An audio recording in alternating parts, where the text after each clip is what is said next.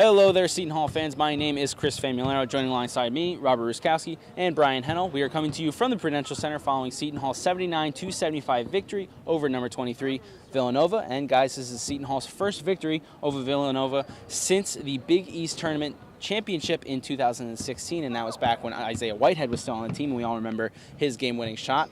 But today was a very different story. I mean, from right out the gate, Seton Hall came out with a fire and a ferocity that we have rarely seen this year, except for maybe the Georgetown game. But, gentlemen, why don't you take me through it and your opinions of the first half and what we saw today?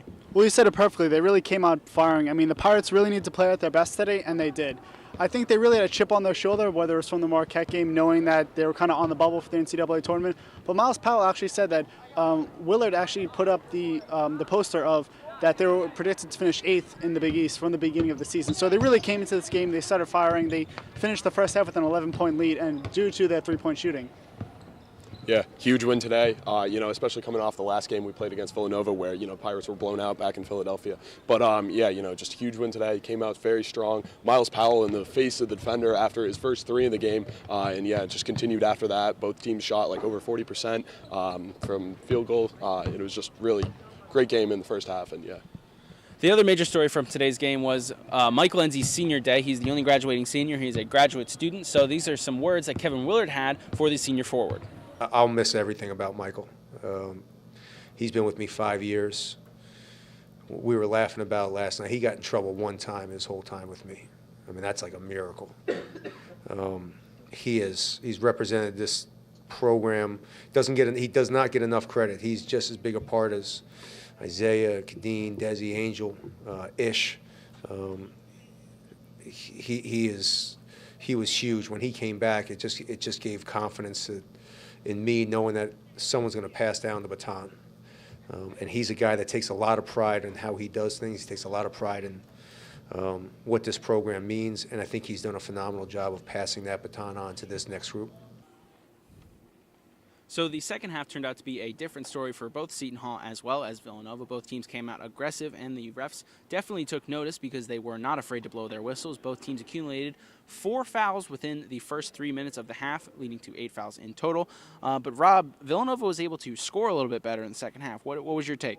So once Seton Hall was able to go up 16, their largest lead of the game, Villanova actually went on an 11-0 run, cutting that lead down to 5. However, Villanova was able to crawl back and come within one of the Pirates, but although they were close for the majority of the second half, they never took over the lead, and the Pirates kept the lead for this entire game. There were 0 ties, 0 lead changes, and although it might have seemed close at times, the Pirates were in control. And with that control as well as control of the lead, another important player is, of course, Sandro Mamukelshvili, who hit a career high in both rebounds in total and offensive rebounds for the day. So, Brian, what did you see from Sandro today?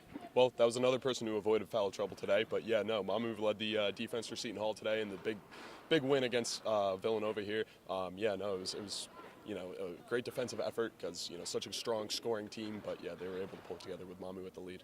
And staying away from foul trouble was a good thing from Sandro, but it was not an easier feat for Quincy McKnight, who actually inevitably fouled out of the game. Both teams had one player foul out.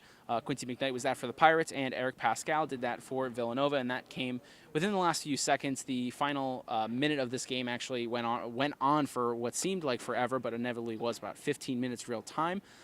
But overall, Seton Hall in that final minute was able to hit some clutch free throws, including some shots from Shavar Reynolds as well as Mike Nzei.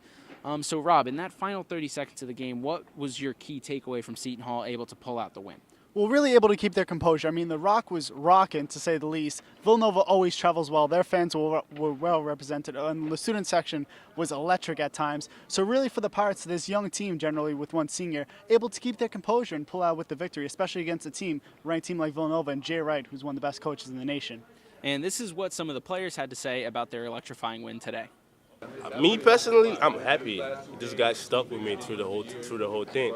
They came out here today. Even I was filled with emotions. They was out there doing their thing.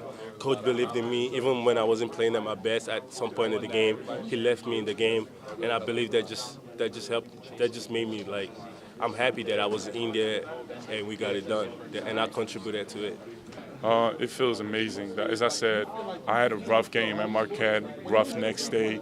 My Coach Grant, told me to come to my office. We talked.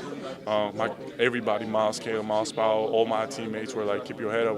We need you. You played 30 minutes a whole year, and you started every game. So we really need you right now, and like you can't just give up on us. So I feel like that shows up like how my teammates are fighting. So I just wanted to go back out there and show them like I'm not giving up. I'm fighting back, and I just want to do everything what it takes to win.